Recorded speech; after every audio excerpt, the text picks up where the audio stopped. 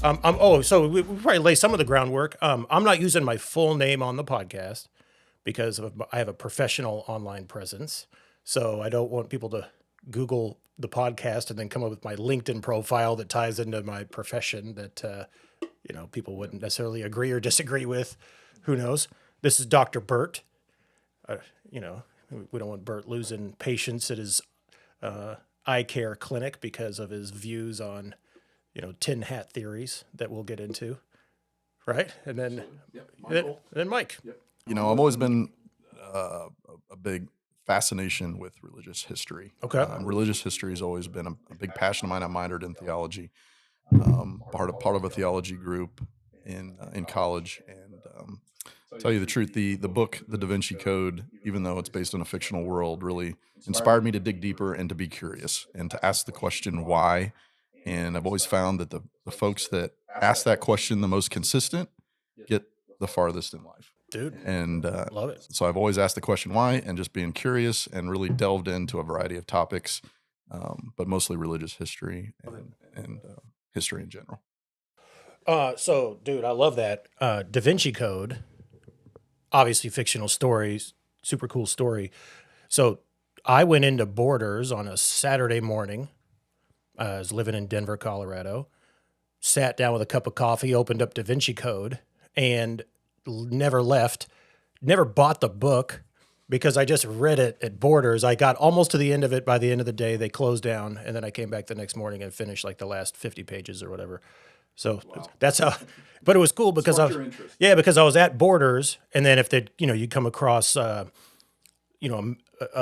painting that they're discussing in that chapter or whatever the case is, I would just go find a book on that painting. I'd open it up. I was reading the book while I was looking at the paintings, all that stuff. All these different tangents that spark or inspire you to dig deeper on whatever topic that they're talking about. Robert Langdon. Yes. Right. Robert Langdon. Yep. Fictional character. And authored by Dan Brown, and naturally he was inspired to write that from this novel, Holy Blood, Holy Grail, which was written by 3 authors in Europe, and that was based off of a true happening of an individual called Berenger Saunier, who was a priest in Rennes-le-Chateau, which is a southern village in France, and he, in the late 19th century, was commissioned to restore a church in southern part of France, and supposedly he found some sort of parchment or product in the pillars of the altar, and he brought them to Paris, and all of a sudden he became immensely wealthy, and nobody knows why. And supposedly, this is all hearsay at this point, but supposedly he found some sort of parchment that was a bloodline of Jesus and Mary Magdalene, and so forth. And I prefer to present hearsay as absolute fact on this podcast. Absolutely. But I mean, there's a lot more to it. I've researched a lot more to it into, how that could be and so forth. I actually met this author, Kathleen McGowan, who came to Kansas City, and she wrote a trilogy, and the first book was called The Expected One. And she claims that she was a descendant of Jesus and Mary Magdalene through her research. And supposedly when Mary came to the southern part of France, she was grown up in Gnosticism and practicing some esoteric mysteries. And at the time, the church saw women in high-ranking positions as a threat.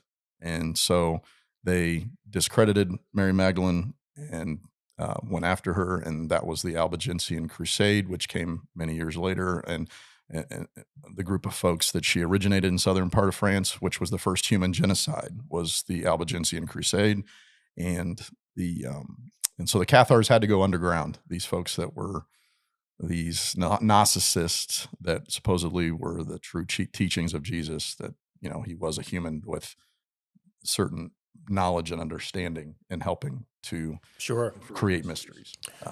So love it.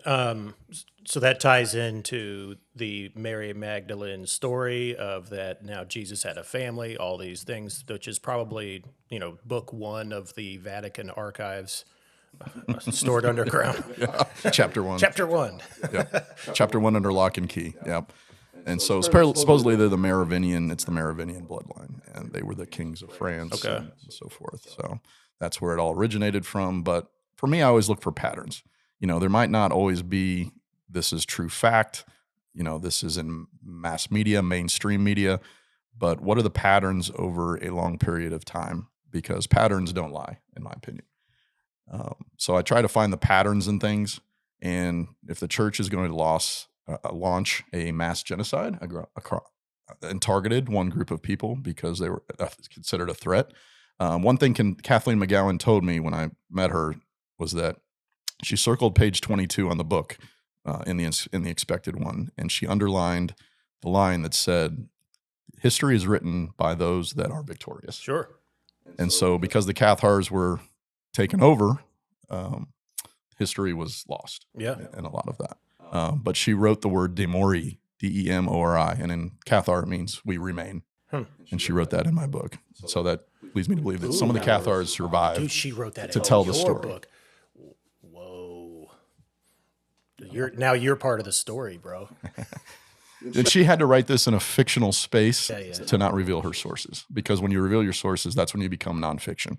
But she had, that it's still seen as a threat, so she had to write it as a fictional story. Absolute fact presented right here.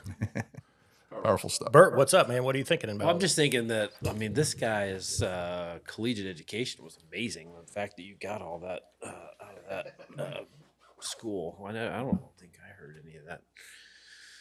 No, obviously, Michael, very well read, especially on some of these, what do you call them, esoteric topics here. It's fascinating. Yeah, I find it intriguing, and she wrote 3 books. The first one was the expected one. Then it was the Book of Love, which supposedly was the Gospel of Mary Magdalene and Jesus. And then there was the Poet Prince, which supposedly is basically the expected one is based on a woman. The Poet Prince is the man. And so her big thing was the time returns. So at the beginning of time, 2 souls are split in 2. And over time, they slowly have to come back together at some point. So we keep reliving lives, soul returns until they can come back together and create a full, original soul that was split at the beginning of time. But even though time is really not, it's an imaginatory thing, but everything comes back full circle, basically. Oh, kind of seems like it would tie into a Billy Carson clip I've heard. Yeah. One of the thousands of them I've watched of his lately. So, Yeah. You were texting me some Billy Carson stuff. Yeah. Him and, I don't know, is it Hinduism? There's a lot of people around the world that believe that we're all a part of the same stuff. We're the soul is all just pieces of one, call it consciousness, call it God, call it whatever. But, even the Bible talks about, Jesus knew you before you were born. And Billy Carson references the Bible a lot. Yep. And the way he talks about it is it's kind of misinterpreted, right? So Well, it's missing a lot of information. There's all kinds of stuff that wasn't included in it that he's gone back and read and deciphered and discovered on his own. But also question the motives of the King James version, right? So I like, dude, Billy Carson just makes you think at minimum. Well, I like how he ties it to, scientific Sure. research and But facts. you got to give it to other people in bite-sized chunks, though. Like, you can't be like, hey, here's what I learned from Billy Carson today. So have you heard of the Anunnaki? They actually arrived in spaceships 400 million years ago or whatever. Although I want to tell people. Have you tried doing that before? Well, my sister Mary that was here, and we messed up the podcast. I brought it up to her in terms, because she's pretty religious. She's very detailed in her knowledge from her viewpoint, and started just asking her a couple questions here and there, and she blew my mind. So I was like, I was like, Mary, what if people come to you and they present to you the main, elements of the Jesus story, right? Born of a virgin mother, was there to save the land, son of God, blah blah blah. Was killed and then resurrected. All these pieces that tie into other saviors throughout history. And she's like, oh yeah, there's been numerous messiahs throughout time. And I'm like, I didn't know this. What are you talking about, Mary? And so she went into talking about how throughout time there's been multiple messiahs. I'm like, oh, cool. Would have loved for someone to mention that at some point, just just to expand your brain. Because what occurs to me in terms of like how we think, one thing that we have accepted as a society that limits our thinking is that it's the year 2023. Historical context. Yes. So, but it just doesn't, the common person that doesn't try to think beyond that, it's like even though we've been in existence longer than 2,000 years, it just limits your thinking to about 2,000 years of a window, right? When obviously it goes way, way further back beyond that. And so it's hard for us to comprehend the length of time this goes back because of what we see, what we touch, what we feel in our current environment was light years different from what it was. That's what's so intriguing when you go down the rabbit holes of the Graham Hancock, the Younger Dryas, the 10,000, 11,500 years ago advanced societies, and then the technologies that we've discovered that we can't figure out. And you gotta ease people in through the shallow end before you bring them into the deep stuff. Otherwise, it's just too much at once. So people do not like having their worldview rocked. Right. Because it's all in a neat bow, and we grew up learning things are a certain way, and then oh man. But there's I don't know. I feel like, and maybe it's because I'm already past that point where I'm open to a lot of things that I probably wouldn't have been before. But I mean, one of the things about getting older is you figure out a lot of the things that you were told just aren't accurate. Yeah. You find that out as a parent. You find that out as a business person. You find that out, but there's a lot of things that, permeate history and human nature is what it is, and so you can elicit patterns about, you can sort of surmise the motivations of people when, if you're kind of assuming the worst, if you're cynical about what people's motivations are, if it's about money, if it's about power. So you go back to the Council of Nicaea talking about the Bible and the books that were chosen, what was left out. And that was always the key point for me going through a Catholic education, where I started to kind of go, now, wait a minute. Okay, so there was a group of people, which were guys, and sitting around like, this book's in, this book's not. This is part of the Bible. The Bible is the Word of God, by the way. So this is the Word of God. This is not the Word of God. And all of a sudden you start kind of going, now, wait a minute. Now, how are those decisions made? Yeah. Was there any inherent bias? These are humans that are doing this. No bias. I'm sure there was no bias. Well, if you ask the Catholic Church, they would say, well, there was divine, of course, providence. There, it was. Of course, there was. They were being inspired by the Holy Spirit in order to make those decisions, right? And boy, I don't know. That's a tough one. What a great power to lean on. I was inspired by the Holy Spirit. How dare you question my decision? Which is ironic, because the whole goal of that Catholic education was to, be educated and to learn and to always ask the question why. But then you get to a certain point and it's just all the answers are because it's God, and it ends at a certain point, or then it's all based on faith and things like that. And then, it all goes back to that. But, being a part of the Jesuit education is that everything interconnects at some point. And what is that point? English connects with math, or math connects with science. All these subjects interconnect, but what point do they connect? And there's a lot of people out there that, take offense to, like what Dan Brown was talking about with science and religion. It's like they do interconnect, but it's what point do they connect? And I think that was one of the controversial topics of the Da Vinci Code and a lot of these novels is he's trying to make those connections, and it's seen as a threat to religion because it's steering away from faith and it's bringing science into it. So, Yeah, there's a bad. I mean, you look at the Roman Catholic Church, and their response to new information, new science. Oh, you gotta love it. How long did it take them to convince the Catholic Church that the world wasn't flat? When was it Galileo proved it?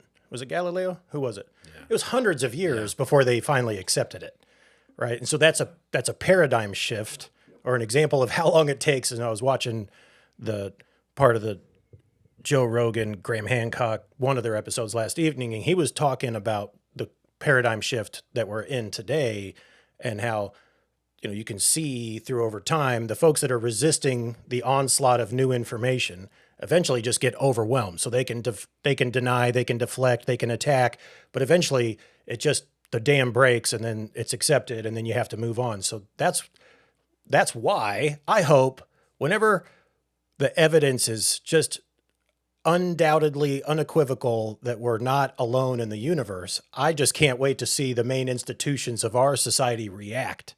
But I think it's unfortunately going to be a slower. I would rather the Band-Aid be ripped off, you know, if I'm not thinking of main society's reaction, panic, I'm not thinking about that stuff. I just want to see people deny it when there's a giant spaceship above your city, kind of Independence Day style or something. I would love for the Pope to be like, well, hologram.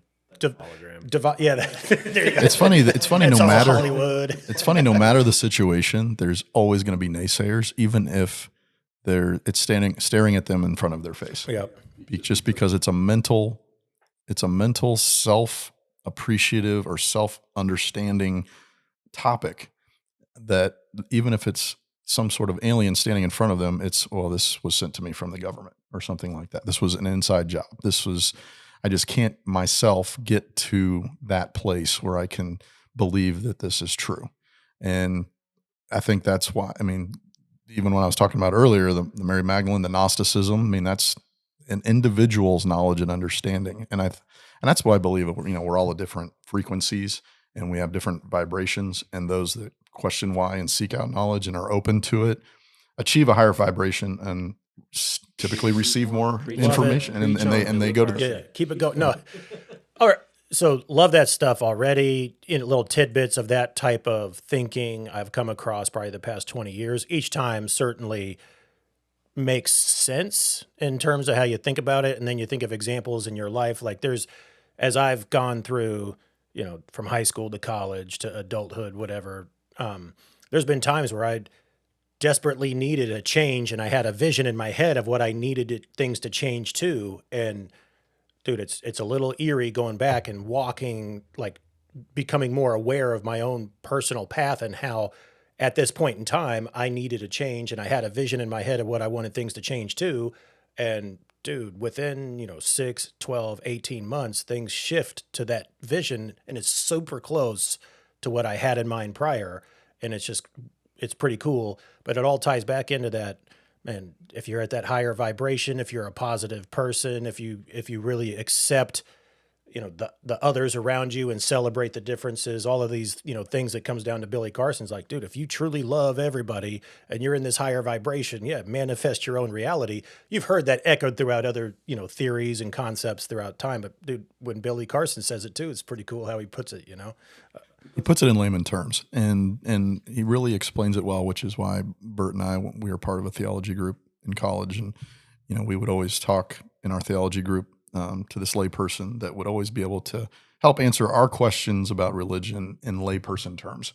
And I think that's such an important thing because we don't realize sometimes that the majority of even Americans read at a fourth grade level, and so how do we get out information that we learn? I mean, we're in a world of social media where everything's happening in real time, but is it in a presentable fashion, Mm-hmm. and being able for people to understand and accept what's being said? Because I think those are two different things.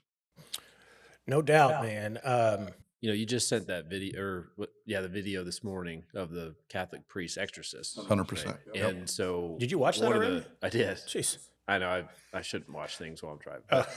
But, so it's more in the background audio. I listened to it. Okay. But he brought up a point that relates back to our time talking with the professor, where, you know, when you get into these religious discussions, and ultimately, especially a scientific mind, you know, me coming from the science department over to the theology department to ask questions, and it's, why isn't there more tangible proof? You know, why isn't some of this stuff on tape?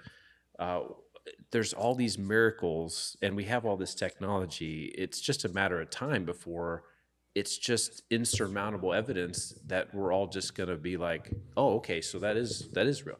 And the point that he made is, well, given the technology, it doesn't matter if you show it on tape. They're just going to say it was doctored, and they're not going to believe it anyway. Now you've got deep fakes that are just going to be thrown in there, so it's easy to deny. Now, unfortunately, so I disagree with that. I think put it out there and let people decide for themselves, and you're going to have people that do believe you, and that's more than there was yesterday. So if the goal is to, isn't They also said because they were protecting the person that was getting. You can do that. You can blur out their face. You don't need their face to be able to show that they're walking upside down on the wall, right? So I mean, you know, it's like, if that's really happening. So we had a priest, and I think I've told both you guys a story that when I was in high school, a priest told a story about something he saw that was the result of people playing with the Ouija board, and what he saw defied the laws of gravity. It defied any explanation that anyone would just immediately believe. I mean, he said the Ouija board was floating in the middle of the room, and he described some other details, and there wasn't a single person in that classroom that was like amazed by that story. They just took it and kind of went, okay, whatever, and then they just moved on. I went up to him after. I was like, did that really happen? And he's like, yeah. And then our professor in college that told us stories about unbelievable things happening that, again, defy explanation. And the question that inherently that always comes up is, well, where's the proof? Where's the video evidence? Where's the documentation? You know, where are the witnesses that can corroborate, et cetera? And it's always kind of the same. No one's going to believe it. So I guess the question then is, what will people believe? You know, that's why it's always back to the individual, for sure. You know, they need to do their own research. Excuse me. You know, you give them a little bit of bait, much like the Da Vinci Code, and then they can take it upon themselves to research it further. And because that shows that they're open to receiving information if they're questioning it. And that, you know, you're less likely to receive information if you're being force-fed the information. But if you take it upon yourself, then you're open to it. But there's a lot of people out there that are very happy with where they are in their 100%. understanding of things. So they're not seeking, they don't want to be told. And that's all I hate. It's a skill, apparently. I've seen headlines of people explaining if you want to detach someone from their current belief system, you really got to go underneath at like the foundation of the belief system and start there versus the argument that you're trying to convince them of. 100%. And I haven't read that article yet, and I haven't practiced this skill set, so I don't know how to do it yet. Well, you're basically explaining 100% the Jesus story that happened with Osiris and exactly. Isis, Osiris, which, you know, that story's been done. You know, the son gets killed 3 days later, he's resurrected. I mean, that story's been done before, but when Jesus, you know, happened to Jesus, it was used as a method to slowly convert them over all to the Christian faith. Sure.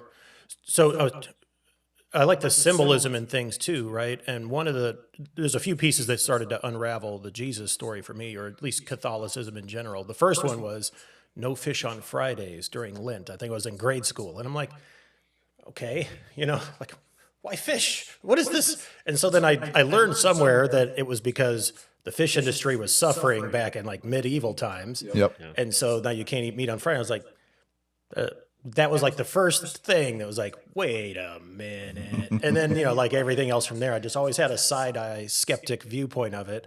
And, eventually I just decide that I don't care enough to go to church here anymore. First of all, it's boring. This service sucks and I'm falling asleep. And then you look around, no one else is paying attention. Well, they preach, that Jesus is inside everybody. We're built in his image and likeness.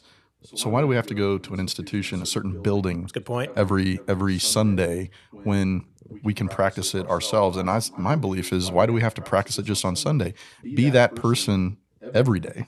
Like, why do we have to just be a good person on Sunday to go to a building, a man-made building, when Jesus is inside of us 24/7? What's the Billy Carson thought on the Christ that's within you? It's actually within you, it's not an actual being that was there. Have you seen this? It's a consciousness. Yeah, the Christ consciousness. There you go. Have you seen these pieces on Billy Carson?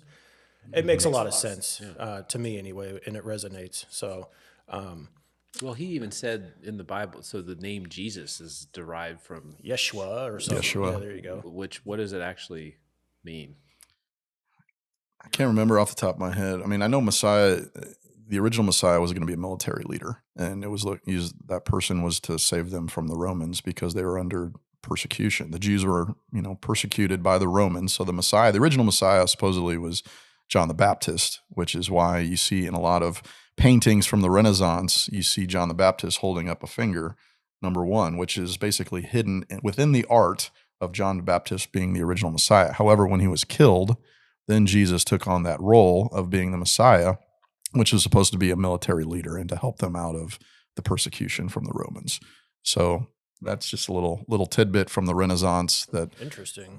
because as I mentioned earlier, when Mary Magdalene was in southern part of France and the fleur de lis was their symbol, and now it's the symbol of France, well, it's also the symbol of Florence, Italy, because a lot of those individuals that were the Cathars ended up in Florence, and the Medicis, who were of creative mindset, and they controlled the banking system in northern Italy, and they had the power to allow others free thought, which is Renaissance means rebirth. And so they were allowing the artists of Donatello and Michelangelo and Da Vinci and all these guys, they were basically free thinkers, and they allowed them the freedom to have free thought and to put that in their art. That they were commissioned a lot from the church to create pieces of art. And so they would hide key elements within their art of the truth that they knew, but they did it in a way they wouldn't get persecuted from the church.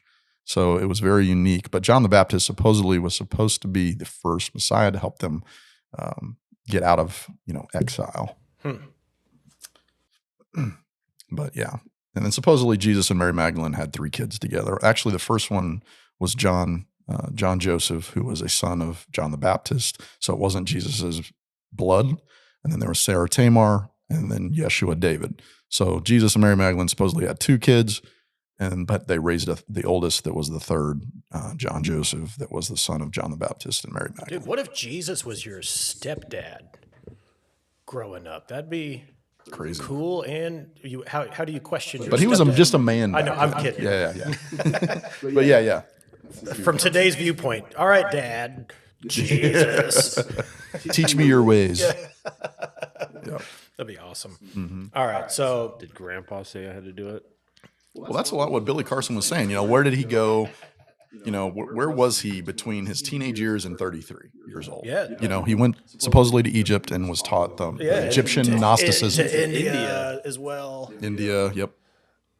I ran that past Mary, That's crazy. who's my source of all religious background and verification, and she didn't agree with that. So I need to dig deeper on that topic through my source. Sure. There's a great book on it called Zealot, and it's a phenomenal book, but it really teaches, talking about the historical context that we talked about earlier. What was it like at the time of Jesus?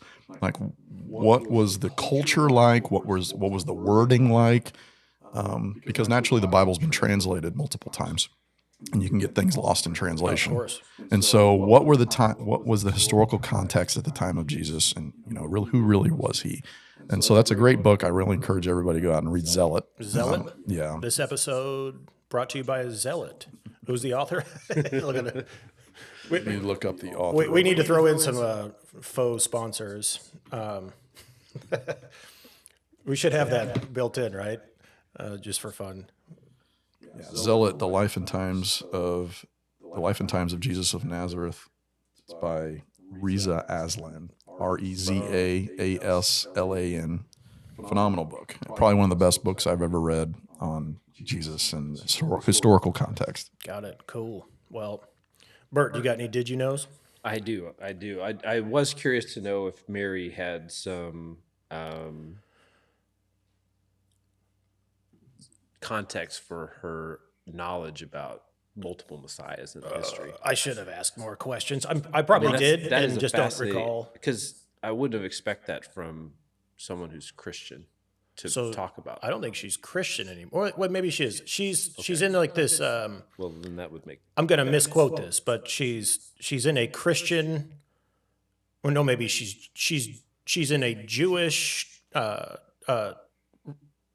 like path that believes that Jesus was the Messiah somehow. If there's those things exist, I don't know. I should ask more questions of what she believes and so forth. But I know she's Jewish, but she believes in Jesus. So that's a offshoot of Judaism and Christianity of some kind. Everything connects at some point. There you go. So that. Well, so Jews believe in Jesus. They just don't believe he's the Messiah. Yeah, right. So Right. That's what you. Yeah, And when I even mention the word Jesus to her, she has to like think for a second because they don't even refer to Jesus as Jesus. It's Yeshua, and she hasn't said the name Jesus in years or something like that. Talking to within her group of people that go to her church. So I need to ask. That's why I had her on my podcast. So she'll be back, and we'll dig deeper. Maybe we'll have a bigger table by then, and the four of us can just put her on the spot. The hot seat. Hot seat. Stand up for your faith. Maybe the big spotlight on her. That's like right. FBI interrogation. That's right. We'll do that. So what's your did you know, bro? well, it's on the stuff that I wrote down was on totally different.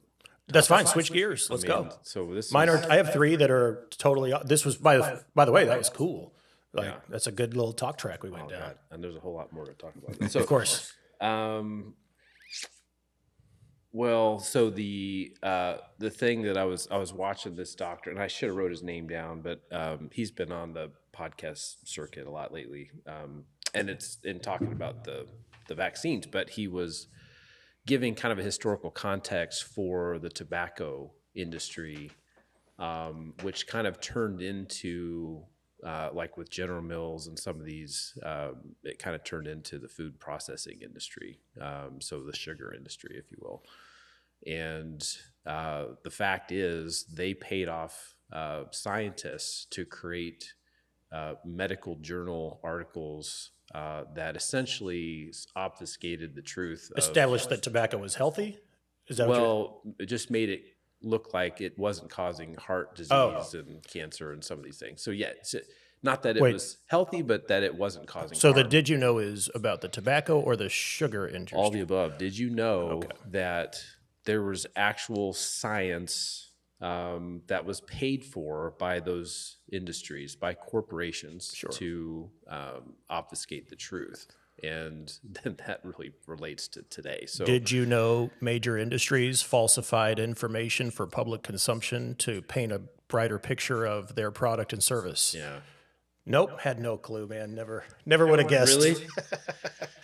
Well, it's one thing to kind of think that's, that probably happens. And it's another thing for it to actually come out. No and, doubt. And for it, you'd be like, oh, it really is. It's as bad as I That's thought. exactly It's actually right. worse than I That's- thought. It's and- in medical journal. It's not like Yeah. it's not like they paid a scientist to kind of say nice things in a commercial. The It's study falsifying presented. data. Yeah, there you go. Okay. Or only presenting the data that that you want to show. Same thing with the fossil fuel industry in the 60s and 70s when they discovered the environmental impacts of their products. I mean, Volkswagen just a few years ago. I mean, Right. it's just like I know. So you get into this age where, one, what do you believe? If we're in the age of misinformation and age of information transitioning over to now we're in the age of artificial intelligence. Now, each AI that you're using as a source, what's the algorithm, who created it, what were the inherent biases, all of these pieces baked in to what are you going to believe? How can you trust? How can you be trustworthy? I can question any of your sources at any point in time and then just walk away feeling better about myself and no actual no actual progress in whatever the topic of discussion or debate would be made. It would actually be backtracked, and now I can't stand you because you words disagree. of Bill Burr, you can go to imright.com. That's right. Download whatever information you want. No doubt. All right. So the sugar industry and the tobacco industry paid actual medical professionals and medical journals to present their findings or their tweaked findings as evidence so that the public would say, hey, sugar is actually healthier for me, right? Or tobacco. Or well, do you remember, so you can just in your own life, so how does this relate back to things that we've actually seen? So I remember the phases of corn syrup is actually good for you, you know? Like, there was a 60 Minutes. I remember watching a 60 Minutes where they took us through the process of making it and look at how natural and this is great. Okay. And yeah, it was a puff piece. It was really designed to make you, because it worked. I'm like, oh, if it's got corn syrup, I know it's okay, you know? And then they, you know, now we're back to like, you know, cane sugar's better, and you know, I mean, dude. it's but like who's pulling the fat strings? was bad for you. Now it's good for you. I mean, I can eat eggs. I can't eat eggs. Egg whites only. Take what yolks only. Coffee's good. What do I do? Coffee's bad. Yeah, exactly, man. There's someone up there just like managing the situation. Oh, this industry, we need to like get them a little bit more attention here. Let's put out an article over here, whatever. Yeah. Follow the money trail. That's all you got to do. But I don't know how to follow the money trail. I don't know where's all like who. I would need a bigger picture, and I need a lot more time.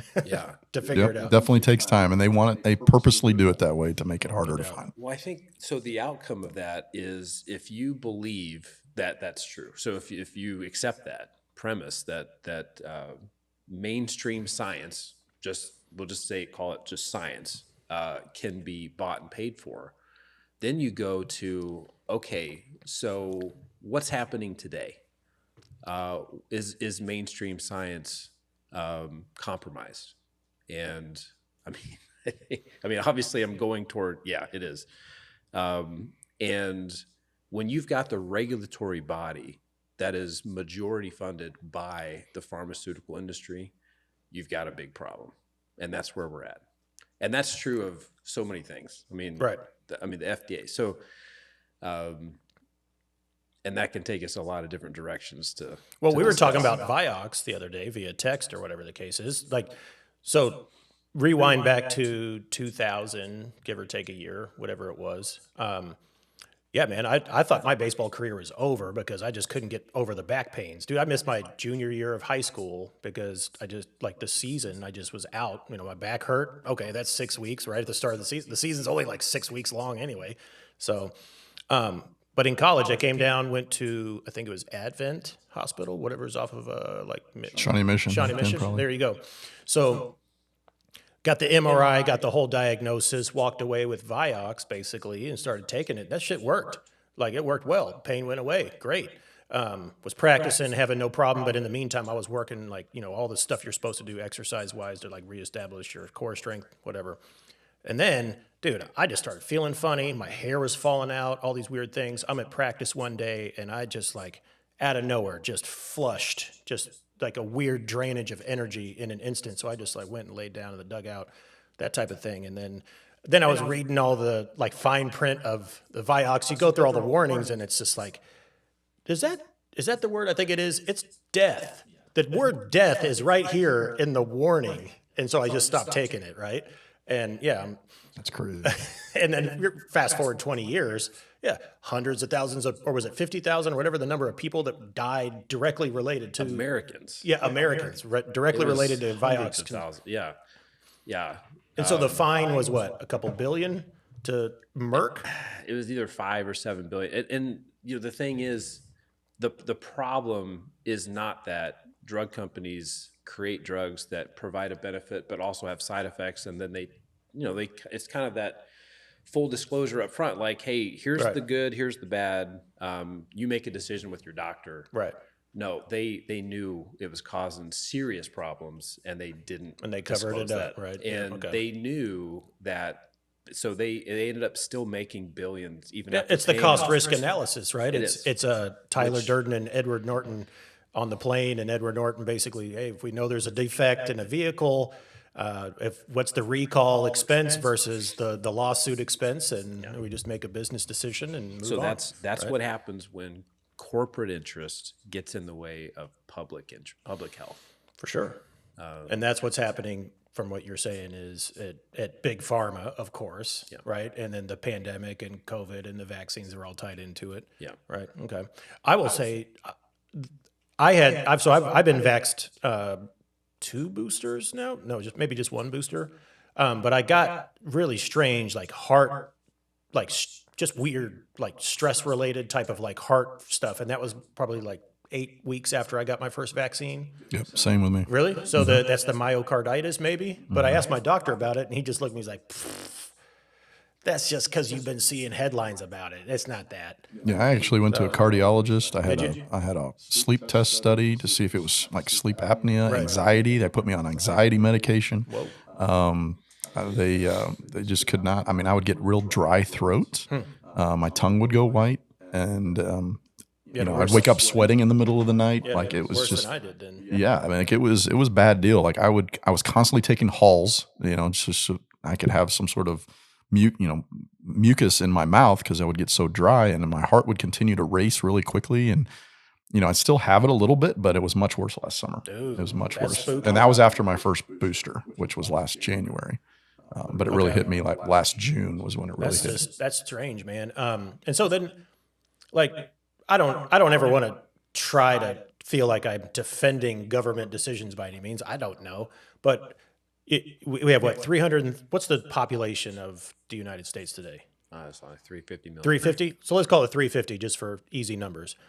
If you have a crisis that, let's just say that there's not a big conspiracy behind it. Okay, it came from a lab, it came from a wet market, wherever the actual virus came from. It's here, and it's actually causing some problems, at least causing major problems. I mean, the economy shut down, all these things. You're in crisis mode.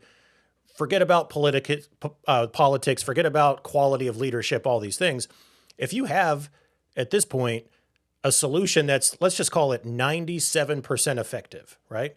If you guys ever got a 97% on a test you took throughout school and college, whatever, you'd feel pretty good about a 97. Yeah. However, if you bring something to the table today at that level of scale, that 3%, that's a lot of people, right? And so if you roll something out in a crisis management, one, like the microcosm experience I have is I used to manage dozens of people, right? And even just getting a consistent message out to like 60, 70 people. And when you hear it come back your way, when you're talking to people, or let's say you have a meeting or whatever the case is, like the message in this small group of people that are incentivized to be consistent, right? They're at their job. They get paid to do this. That's where their income comes from is the change that we're trying to roll out. And just 60 or 70 people make a change. That was difficult in and of its own. But if you scale up to hundreds of millions of people, you've got all kinds of detractors to your message from day one. Even if you're right or wrong, there's still going to be 30% of the population that no matter what you do is anti what you're doing. And I just try to throw that grain of salt into my thinking as I go back and look at, hey, where is the conspiracy? How does it work? Because I'm not saying there's not one. I'm just trying to say it's probably a tougher ask to manage through a crisis perfectly. Anyway, you're making... There's no correct decision. If you're actually genuine in your efforts to try to do the best thing possible, which at that level is probably the least worst thing possible. Exactly. Right? You're still going to have tens of millions of people out there in the streets protesting against what you're doing, taking your message, rewording it, it's the beauty of free will. Dwarfing it, and no matter what you do, it's not going to go well. So I just try to keep that in the back of my mind and then see how things play out and be glad I don't have to make those decisions. Yeah, no, it was unprecedented territory, Right. naturally because of the technology, social media, everything was exposed. Yep. to a certain extent. Everybody has an opinion that's, out there for the public to see, whether you're a educated scientist or a John Doe on the street. So, and then everything gets intermixed together. But at the same time, I always like I keep going back, like what's the agenda? Like where's the money trail? Like is somebody benefiting it at some point? And but I think conspiracy theory gets a negative connotation as well. It just means it's going against the mainstream, which I think there was a comedian that I saw on a video on social media that said, okay, you're gonna trust the government 100% all the time. Like, Yep. There's got to be a small percentage out there that they're giving us information, but they're not disclosing everything, or it's smoke and mirrors in some things. So I don't think they're 100% telling us the truth. I mean, that to me, that just seems, far from the truth, but yeah, it's like a parent, you tell your child, are you going to be 100% honest with your child all the time? No, because you want to maybe tell them something to protect them or say something to lead them a different direction. So Yep. It's not easy, man.